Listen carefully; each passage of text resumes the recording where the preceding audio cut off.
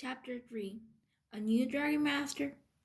Moving pictures appeared inside the Dragonstone site. Drake and Bo watched the boy with blonde, wavy hair stroll along a hilly path. He wore a brown vest over a pale purple tunic. Just then, Rory and Anna ran into Griffith's workshop. "We saw the light!" Rory cried. The Dragonstone turned on all of a sudden. Bo replied, "Look!" The blond boy passed the building with a sign over the door, "The Strelberg Inn." "Strelberg!" Drake cried. "That's near where Routers is from. Do you think—" "The Dragonstone is showing us Routers Dragon Master," Rory cried, jumping up and down. Walter scrambled over to the stone. He looked up at the image of the boy, his eyes wide. Then the green light faded. "I think this means we are supposed to find Wildroot's Dragon Master," Anna said. "We need a plan," Bo said. "But first, I will go to the kitchen and bring us some food so we don't have to stop for dinner." "Good idea, Bo," Greg replied. "I'll go get Worm. We need to know if Wildroot recognized that boy." A few minutes later, the 4 Dragon Masters were seated around the table in their classroom. Waldroot sat on the tabletop, and Worm fit his large head through the door. Bo passed around a plate of bread, cheese, and apples.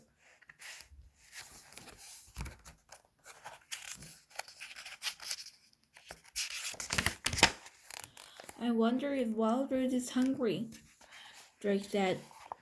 "Worm, what do flower dragons eat?" Worm looked at Wildroot. Seconds later, Drake heard Worm's voice in his head. Drake pulled the address. "Wildroot says he got plenty of sunshine today, so he's not hungry." Anna smiled. "Flower dragons eat sunshine? Wait until Wildroot sees what Capri can do." Drake smiled too. Then he turned to Worm. "Can you please ask Wildroot if he has seen the boy in the Dragonstone before?" His Dragonstone glowed. Wildroot says no. The flower dragons stay hidden from humans. Drake reported this to his friends. "Maybe we need Wildroot's Dragon Masters to help us fight the monster?" Rory gasped. Bo nodded. "That sounds right." Drake looked at Wildroot. "We will go to Strelberg first thing in the morning to find his Dragon Master." Chapter 4 To the Village. The next morning, Drake awoke with the little flower dragon curled up beside him. Wildroot yawned. The tiny dragon scuttled over to the window. He lifted his face and closed his eyes as the sun hit the scales. He smiled. Bo sat up in his bed and laughed. "Wildroot's eating breakfast," he said, and then his stomach grumbled. "I could use some breakfast too." Drake and Bo got dressed for the day. Drake picked up Wildroot and they made their way to the Dragon Master's dining room. Rory and Anna were already there, and so was Griffith. "Good morning, Drake and Bo," Griffith said. "You'll be happy to know what Ostrich is safely locked away in Wizard's Council prison." He stepped closer to Wildroot. "So this is the flower dragon and Rory and Anna just told me about," he said. "You're a fine-looking dragon, Wildroot." Then the wizard clapped his hands. Drake, I think Anna should go with you and Wildroot to Strelberg.